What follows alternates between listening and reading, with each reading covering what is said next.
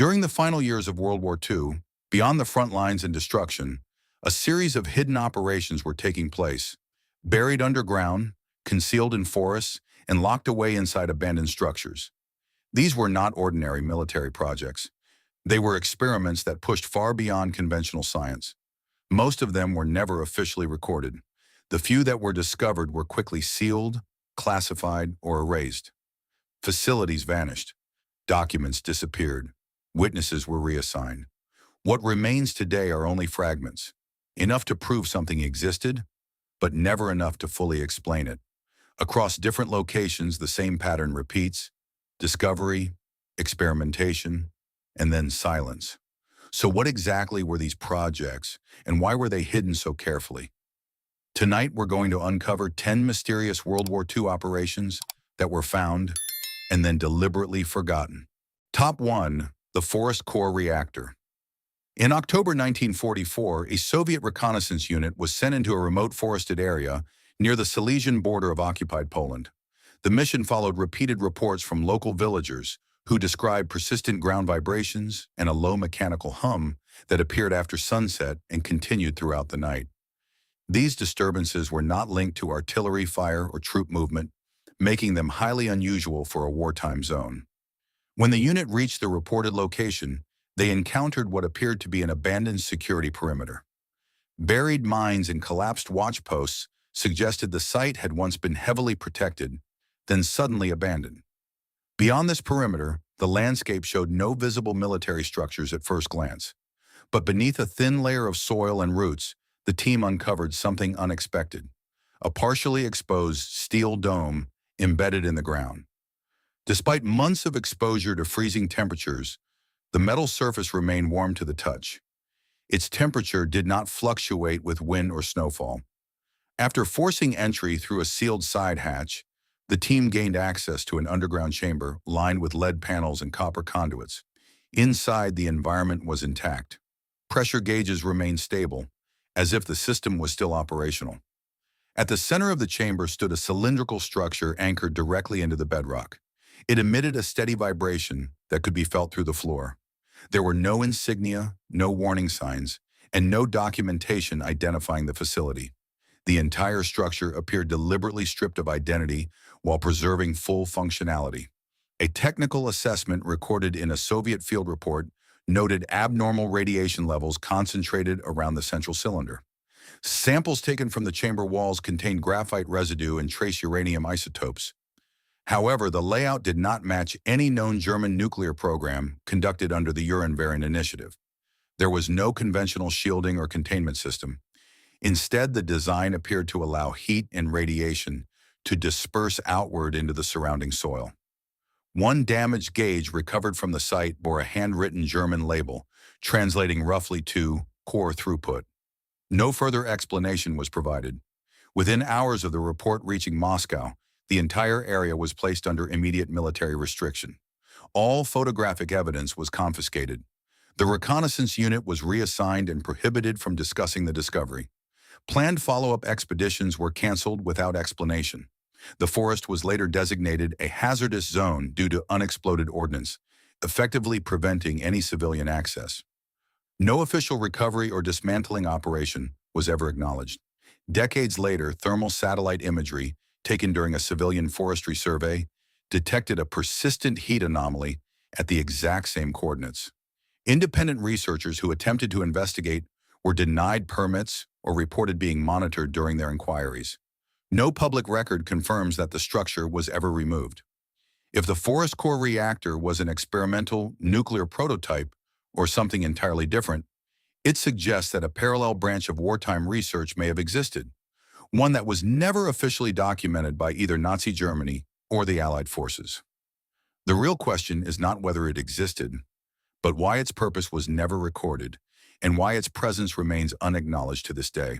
Top 2. The Mine Restructuring Protocol. In January 1945, as Allied forces advanced into Western Germany, they discovered an unmarked underground complex buried beneath the ruins of an administrative building outside the town of Kassel. The entrance had been concealed behind a collapsed stairwell and sealed with reinforced concrete, suggesting it was never meant to be found. When demolition engineers broke through, they expected to uncover storage rooms or standard bunkers. Instead, they entered a soundproof facility unlike anything documented at the time. The walls were padded. Low-frequency speakers were installed throughout the chamber.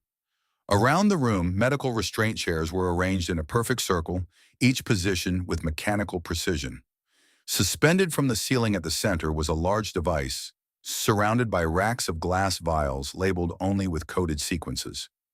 At first glance, the space resembled a psychiatric ward, but closer inspection revealed critical differences. There were no patient records, no beds, and no sanitation equipment. This was not a place for treatment. It was a place for controlled experimentation. Later analysis identified the substances inside the vials as derivatives of scopolamine and mescaline, compounds known to affect perception, memory, and emotional stability. The overhead device was engineered to emit synchronized pulses of sound and light, controlled by a mechanical timer that functioned independently of external power sources. Fragments of documentation recovered from a nearby burned file room referred to the project only as Protocol D16. The notes described repeated experiments involving sleep deprivation, suggestion cycles, and induced memory reprogramming. Diagrams showed electrodes placed along the scalp and spine, connected directly to the central apparatus. Handwritten annotations revealed the intended objective: to remove undesirable behavioral responses and encode operational compliance within human subjects. Several pages were missing. Others had been deliberately destroyed by fire. Although no official records of Protocol D16 exist in surviving Nazi archives, indirect evidence surfaced elsewhere. Military transfer documents from late 1944 listed unexplained detainments under medical observation. Some of these individuals were later reported by their units to exhibit unusual battlefield behavior, lack of pain response, absence of fear, and signs of psychological dissociation. Testimonies from nearby civilians added another layer of concern. Villagers described trucks arriving at night and muffled screams continuing until morning.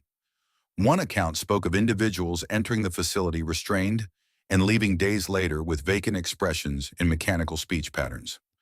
Following the discovery, Allied intelligence ordered the immediate closure of the site. Scientific teams were granted only limited access before the complex was sealed. Reports were classified and never publicly released. Aerial surveillance later confirmed that the structure had been destroyed with explosives. The remaining vials and documents were quietly transported to a British medical facility. Within a short time, they disappeared from official inventory records.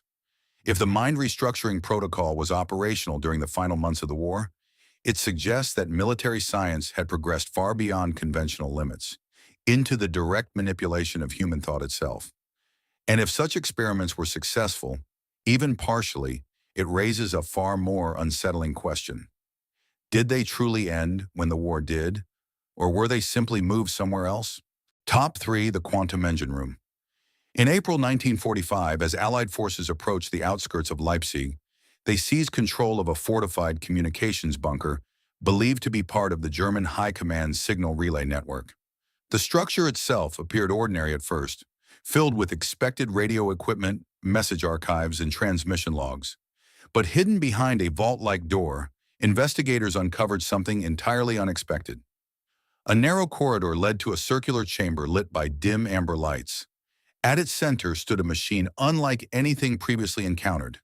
It consisted of concentric metallic rings suspended within a gyroscopic framework, surrounded by rotating dials and mechanical counters. There were no visible electrical wires. The entire system appeared to function through pressure, gears, and magnetic induction alone. One British field engineer documented that the machine continued to spin without any identifiable power source. He described a low, constant hum that interfered with all nearby radio equipment, rendering communication unstable within the bunker. Despite a thick layer of dust suggesting inactivity, the machine showed no signs of corrosion or mechanical degradation. It remained fully intact, as if preserved. Attempts to classify the device failed. It did not resemble any known weapon system, communication array, or encryption device such as Enigma or Lorenz. However, documents recovered from a locked drawer nearby offered a clue. One schematic referenced the term Zeitform analysis, and a word repeatedly written in the margins, Vorhersagpunkt, meaning prediction point. This discovery led to an unusual hypothesis. Two American physicists brought in to examine the device proposed that it was not designed to transmit or decode information, but to model outcomes. According to their assessment, the machine adjusted variables in real time based on magnetic field interactions, effectively processing probabilities through mechanical means. In simple terms, it behaved like a primitive form of quantum computation, decades before such concepts were formally developed. The implications were significant. If accurate, the device was not built to react to events, but to anticipate them. Yet within 3 days of its discovery, the entire chamber was sealed. The machine was dismantled, and all components were transported in unmarked crates to an unknown destination. The official report classified it merely as an experimental navigation device and archived it without further investigation. The field engineer who first recorded the machine's existence was reassigned shortly afterward and never publicly spoke about the incident. After his death in 1962, a single line found in his personal diary offered the only surviving reflection. "We opened the door to the future and slammed it shut in fear." Decades later, in the 1990s, a historian reviewing declassified Allied intelligence files discovered references to a similar device recovered by Soviet forces from a destroyed Nazi research train near Krakow. Although the documentation was incomplete, the descriptions matched, both in structure and terminology. Neither device has ever been recovered. If the quantum engine room truly functioned as a probabilistic modeling system, it suggests that wartime research had moved beyond weapons and into something far more ambitious: the attempt to predict events before they occurred. And if that was the case, then the pursuit of controlling the future may have begun much earlier than history is willing to admit. Top 4. The Black Channel Decoder. In late February 1945, an Allied intelligence unit stationed near Calais, France, intercepted an unusual signal while monitoring enemy transmissions. At first, it did not resemble anything associated with standard German military communication. Typical wartime signals followed structured formats, encrypted Morse code, voice transmissions, or known cipher systems. This signal did not. It was erratic. It looped continuously, and it operated on a frequency band not used by any known military force. The source was triangulated to a bombed-out monastery along the coast. Most of the structure had been destroyed, but beneath the remains, an intact basement vault was discovered hidden under the nave.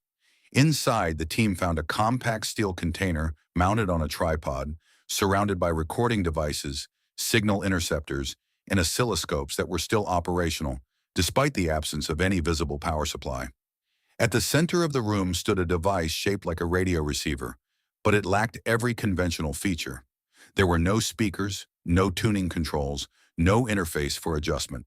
Only a single illuminated dial and an input slot for magnetic tape. The device emitted a faint static pulse, followed by sequences of tones that lasted exactly 47 seconds each. These sequences did not match any known language, encryption method, or mathematical pattern. The team managed to record 3 complete cycles before the signal abruptly stopped. Their report described the transmission as auditory information beyond categorization. Attempts to decode the signal failed entirely. There was no detectable modulation, no recognizable structure, and no way to convert the tones into usable data. The signal did not behave like a message. It simply existed, repeating, looping, and then disappearing. The discovery was classified under the designation Project Echo 7 and labeled as experimental broadcast technology. But what unsettled investigators most were the handwritten notes found nearby. They were not written in German, but in English. The notes described earlier attempts to trace the origin of the signal. Each entry ended with the same statement: not originating from ground-based transmission. One line, underlined repeatedly, read, "Signal persists regardless of atmospheric disruption." The implication was clear and deeply unsettling. The signal was not local, it was not terrestrial, and yet it was being studied within a Nazi-controlled facility with no explanation as to how it had been captured. After the equipment was transported back to headquarters, it was immediately confiscated. The device itself vanished from official records. Internal documents later confirmed that the monastery was demolished and its foundation flooded as part of a post-war reconstruction effort. No further reference to Project Echo 7 appeared in Allied archives. Decades later, in 1977, a declassified Soviet intelligence file described a similar signal intercepted over the North Atlantic in 1944. The waveform pattern matched almost exactly, yet no collaboration between the two incidents was ever acknowledged. Both signals shared a distinct characteristic, a rising pulse that ended with what witnesses described as a synthetic breath. To this day, no explanation has been confirmed. Some believe it was an attempt to fabricate alien transmissions as psychological warfare. Others suggest it was a genuine anomaly, something not originating from Earth, or perhaps not bound by time in any conventional sense. Whatever the truth may be, the Black Channel decoder was not designed to send signals. It was built to listen, and what it received was never meant to be understood. Top 5. The Underground Memory Vault. In March 1945, as Allied forces advanced into the Austrian Alps, a reconnaissance unit exploring abandoned railway tunnels near the town of Eiseners discovered a sealed passage hidden behind a false wall. The entrance led into a deep vertical shaft reinforced with steel beams and layers of treated concrete, descending more than 200 meters beneath the mountain. At the bottom, the soldiers entered a network of narrow corridors carved with precise engineering. These corridors led to a central chamber lined with multiple identical vaults embedded directly into the walls. Each vault was marked not with numbers or labels, but with a single engraved symbol resembling intersecting spirals. Inside the first open vault, they found cylindrical cartridges sealed within protective casings. Each contained long strands of material similar to magnetic tape, but the composition did not match any known Allied recording technology. Attempts to read or play the tapes using standard equipment failed. The magnetic patterns were irregular and could not be decoded. Further along the corridor, several vaults had been rigged with pressure-triggered destruction mechanisms, indicating that the contents were never intended to be accessed casually. The entire structure suggested not just storage, but controlled isolation. A partial blueprint recovered from a nearby control station referred to the system as Information Speicherlinie, or Information Storage Line. The document outlined a network of underground tunnel routes connecting multiple vault sites across southern Germany and northern Austria, with at least 18 storage locations linked by reinforced rail transport. One section described the use of rotating memory caches, suggesting that the stored data could be physically relocated between sites when necessary. The vaults themselves were engineered to withstand fire, corrosion, and electromagnetic disruption, indicating that whatever was stored inside was considered critical for long-term preservation. What made the discovery even more unusual was the absence of any formal military oversight. There were no SS records, no personnel lists, and no identifiable command structure. Instead, the only references pointed to an organization labeled AG Gruppe 5, which had no known affiliation with the Nazi government or military command. Intelligence analysts later suggested this may have been a front organization, created specifically to bypass traditional command channels and obscure the true nature of the project. After the war, the entire tunnel system was sealed under the authority of the Allied Control Council. Official explanations cited structural instability, but aerial surveys showed no visible signs of collapse or damage. In the early 1960s, attempts by Austrian engineers to reopen nearby railway lines were halted after repeated equipment failures near the original shaft. Compasses behaved erratically. Communication systems dropped without explanation. No excavation was permitted. To this day, the full extent of the underground memory vault remains unknown. The purpose of the stored material has never been confirmed. Whether it contains scientific data, psychological records, strategic intelligence, or something else entirely is still unclear. What is certain is that the system was not designed for immediate use.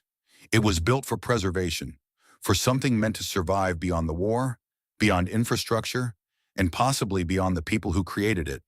And whatever was placed inside those vaults was never meant to be found again. Top 6.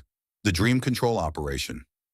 In February 1945, Allied aerial reconnaissance identified a remote facility hidden within the snow-covered ridges of northern Norway. Although the location held no strategic value on military maps, it emitted unusual heat signatures and electromagnetic pulses, raising concerns that it might be a concealed communications or radar installation. A joint British-Norwegian team was dispatched to investigate. What they found was not a communications hub, but a carefully designed experimental complex. The structure was concealed beneath snow barriers and camouflage netting. It was a compact concrete building with reinforced doors, narrow windows, and interior walls lined with soundproofing material. Inside, the layout consisted of multiple identical rooms arranged in a clinical, laboratory-like formation. Each room contained a reclining chair, a cranial harness positioned above the headrest, and audio emitters fixed in place to deliver controlled sound directly to the subject. The rooms were clean and orderly, with no signs of physical violence, yet their purpose was unmistakably experimental. Charts displayed along the walls mapped human sleep cycles, neural activity patterns, and structured induction sequences. Documents recovered from the control room referred to a protocol named Traumschluss, meaning dream gate. The process described in these notes involved a combination of chemical sedation, auditory immersion, and synchronized light pulses. The objective was not simply to induce sleep, but to override it. According to the records, the goal was to implant commands directly into the subconscious mind, creating behavioral responses that could be triggered after the subject awakened. Among the most disturbing findings was a collection of recorded sequences stored on magnetic reels. These recordings were not narratives or dream simulations. They were instructions. Delivered in multiple languages, they included directives related to movement, target identification, and emotional suppression. One phrase appeared repeatedly throughout the transcripts: "You are no longer who you were." The implications were clear. These sessions were not designed to study dreams. They were designed to rewrite them. The protocol also included fail-safe mechanisms. Certain keywords were intended to erase implanted instructions, if spoken by a handler, suggesting that the system was not only experimental, but potentially operational.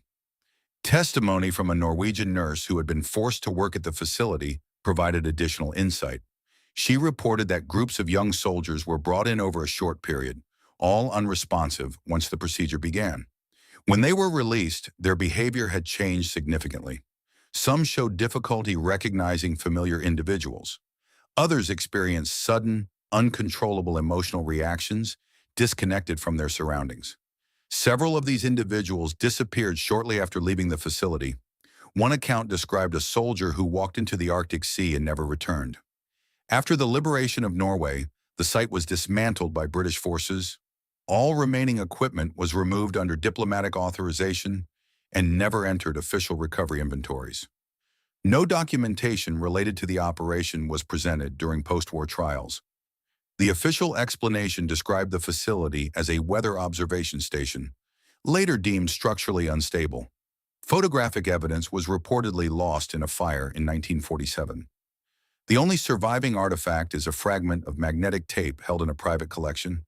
It contains a 4-minute loop of rhythmic tones, accompanied by a calm voice repeating a single instruction: "Forget the pain. Remember the mission." If the dream control operation achieved even partial success, it suggests that wartime research may have crossed a boundary few were willing to acknowledge: the line between influencing thought and rewriting it entirely. Top 7. The Arctic Code Base. In May 1945, a British expedition team surveying glacial collapse zones in eastern Greenland encountered a partially exposed metallic structure emerging from the ice near Scoresby Sound. At first, it appeared to be debris from a transport container surrounded by scattered crates marked with faded German insignia. But as the ice was cleared, it became evident that this was not the result of a crash. It was a foundation. What had surfaced was only the upper corner of a larger underground facility, deliberately constructed beneath the glacier. Approximately 40 meters away, the team discovered an entrance shaft hidden beneath layers of snow. The structure was intact. Upon entering, they descended a narrow staircase leading deep below the surface into what would later be referred to as the Arctic Code Base. The facility extended farther than expected, reinforced with corrosion-resistant metal plating and powered by a residual energy source that remained active at the time of discovery.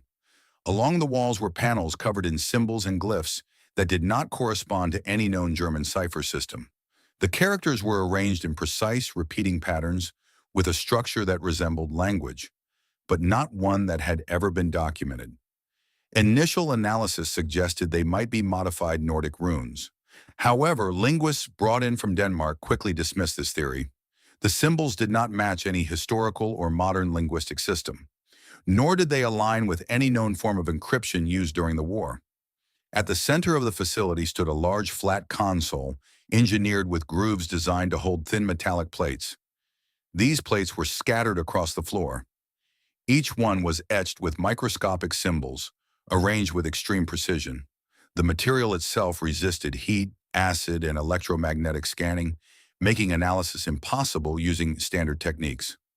Further examination revealed that the plates were composed of a magnesium-based alloy containing trace elements of yttrium and scandium, materials not typically used in military engineering. This suggested that the structure had a purpose entirely separate from weapons or communications. The only written document recovered from the site was a short, unsigned field note found inside a toolkit near the entrance. It read, "Found beneath glacier, not ours. Do not attempt to replicate, copy only." The note was dated February 1943, 2 years before the Allied discovery, indicating that German forces had not built the facility, but had instead uncovered it and attempted to study it. This changed the nature of the discovery entirely. The engineering of the structure, combined with its location beneath layers of ancient ice, suggested that it had been designed for long-term concealment, possibly predating the war itself. There were no construction logs, no military documentation, and no evidence of how it had been powered or maintained. Following the report, the British military sealed the site and declared the surrounding region restricted. The expedition team was reassigned and instructed not to discuss the operation. In 1963, a Danish geological survey attempted to return to the area, but was intercepted by NATO forces and denied access. No further official expeditions have been recorded. To this day, the origin of the Arctic code base remains unknown. The symbols etched into its metallic plates have never been decoded. Its purpose has never been identified, and no nation has ever claimed responsibility for its construction. If the facility truly predates Nazi occupation, then it represents something far beyond a wartime anomaly. It suggests the presence of a system of knowledge that existed outside the known boundaries of history. The structure remains buried beneath the ice, its language unread, its purpose unresolved. And whatever was discovered there was never meant to be understood. Top 8. The Blood Echoes Program. In April 1945, as Nazi Germany collapsed under the advance of Allied forces, a convoy of trucks was observed leaving a secluded mountain laboratory near Innsbruck, Austria. Surveillance reports indicated that the vehicles were transporting biological containment units and specialized medical equipment typically reserved for field hospitals.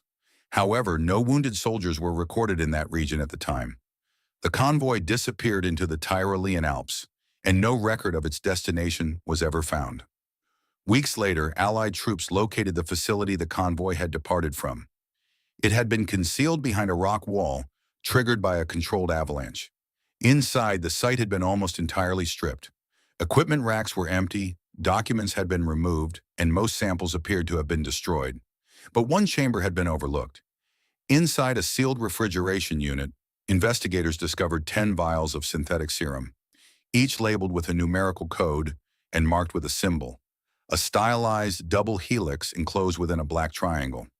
Nearby, a journal bound in leather detailed a project referred to as Blutecho, or Blood Echo. According to the journal, the objective of the project was to transfer memory and behavioral patterns through the bloodstream. The theory proposed that traumatic experiences leave biological imprints, not only in the mind, but at the cellular level within the blood.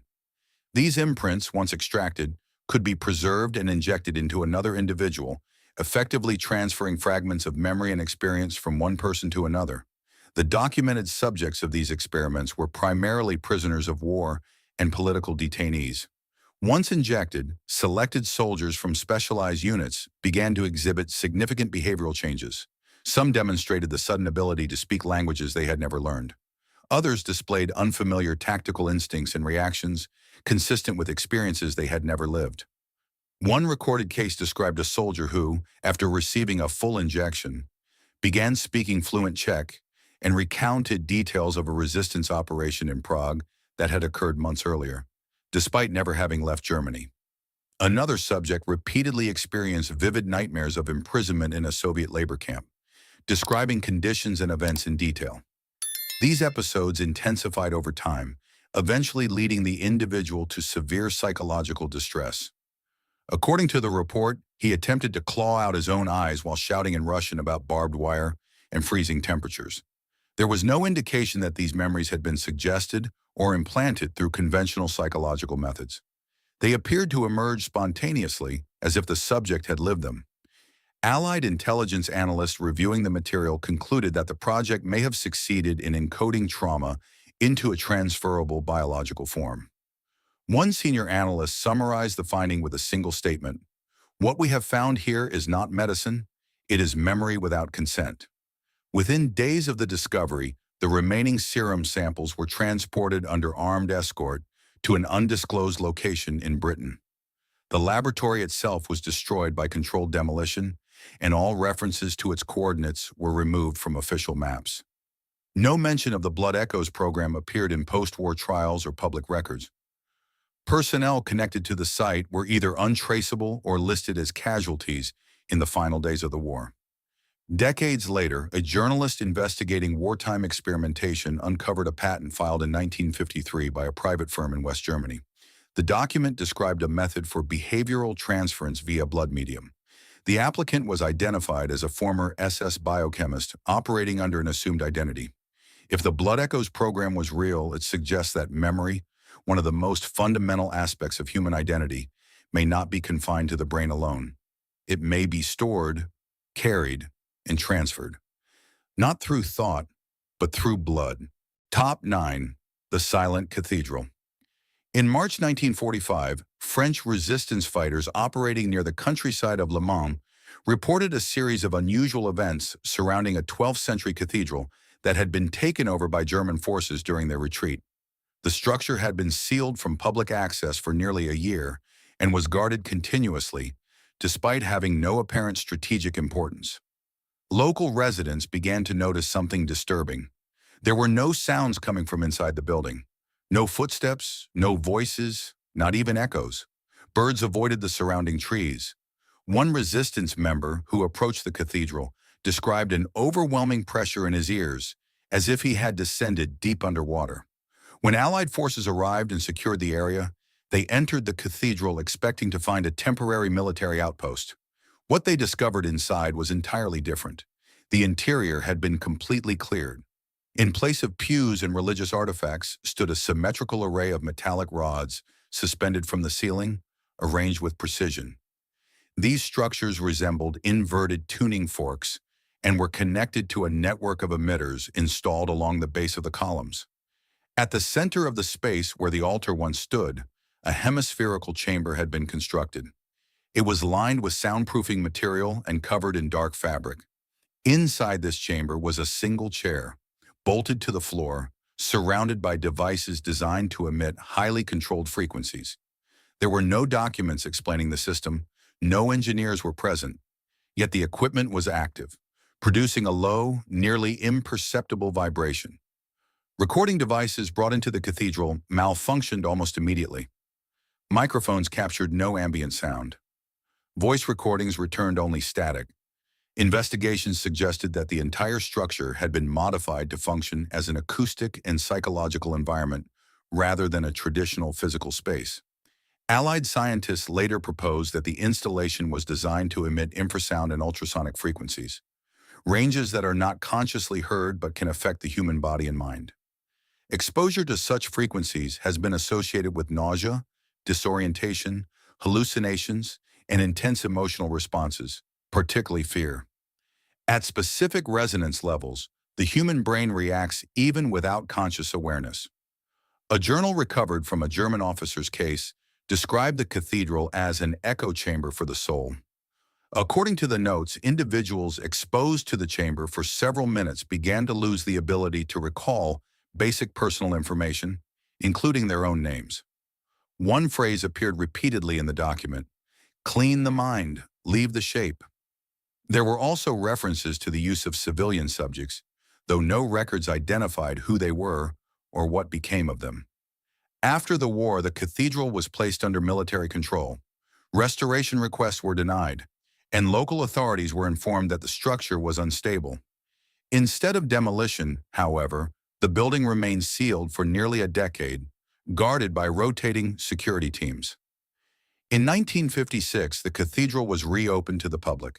By then, all visible equipment had been removed. Yet reports continued. Visitors described feelings of dizziness, disorientation, and an unnatural silence within the space. In 1973, one individual collapsed during a service, later claiming he could hear the ground breathing. To this day, the structure remains active as a place of worship, but the events surrounding its use during the war have never been officially acknowledged. If the silent cathedral was indeed converted into a form of psychological weapon, it represents a convergence of architecture, acoustics, and human cognition. It does not destroy the body, it alters the mind. And once that boundary is crossed, there is no clear way to restore what was lost. Top 10. The Omega Directive. In May 1945, during the final days of the war in Europe, Soviet forces entered Berlin and secured what remained of the Reich Chancellery. Beneath the ruins, a network of underground bunkers was discovered, some known, others completely undocumented. Among them was a sealed chamber located far below the main complex, hidden behind multiple reinforced doors that showed no signs of forced entry. Inside, the room was almost entirely empty. There were no machines, no equipment, and no visible signs of occupation. The walls were bare concrete. The air was still. At the center of the chamber stood a single metal table. Resting on it was a folder labeled only with one word, Omega. The contents of the folder consisted of a single document. It was not written in standard German. Parts of the text appeared encoded, while other sections were written using technical terminology that did not correspond to any known military or scientific language at the time. Diagrams within the document depicted geometric structures arranged in layered sequences, resembling models of overlapping timelines or spatial distortions. One phrase appeared repeatedly throughout the document: execute only if containment fails. There was no explanation of what was being contained. Further references mentioned a system described as temporal containment array. No supporting schematics were provided, and no additional components were found within the chamber. The absence of equipment suggested that whatever the document referred to was either located elsewhere or had already been removed before the arrival of Soviet forces. The document was immediately confiscated and transferred to a classified archive. No official translation was ever released. Even within Soviet intelligence records, references to the Omega Directive were limited and often redacted. A secondary report, written by a military translator assigned to review the document, described the contents as conceptually unstable. According to his notes, the text implied the manipulation of time, not as a theoretical framework, but as an applied system requiring containment. He concluded his report with a single sentence: if interpreted correctly, this document does not describe a weapon. It describes a condition. Within weeks, the chamber was sealed again. Access was restricted indefinitely. No further investigations were documented. Decades later, fragments of the Omega Directive surfaced briefly in a declassified Cold War archive. The material was incomplete, but the same phrase remained intact: execute only if containment fails. No additional context was provided. To this day, the nature of the Omega Directive remains unknown. There is no evidence that the system it describes was ever completed, or even possible. Yet the language of the document suggests a level of urgency that exceeds conventional military planning. If the directive referred to a containment system, then something required control, something unstable, something that, if released, could not be reversed. And if such a system ever existed, the final question is not what it was designed to do, but what it was designed to prevent. Across different regions, different timelines, and completely different types of research, these projects all share the same pattern. They were discovered, they were documented, and then they disappeared. From underground reactors hidden beneath forests to experiments that attempted to rewrite the human mind. From machines that seem to predict outcomes to signals that could not be traced to any known source, each case points to something beyond conventional wartime science. These were not isolated incidents. They were structured, organized, and deliberately removed from history. What makes these discoveries even more unsettling is not just what they reveal, but what is missing. Entire facilities left without explanation, technologies that do not match the era, records that were either destroyed or never existed in the first place. In every case, the same question remains. Not what was built, but why it was hidden. Because if even a fraction of these projects were real, then the limits of science during World War II were far beyond what has ever been officially acknowledged. And if they were buried this carefully, then it is possible that they were never meant to be found at all.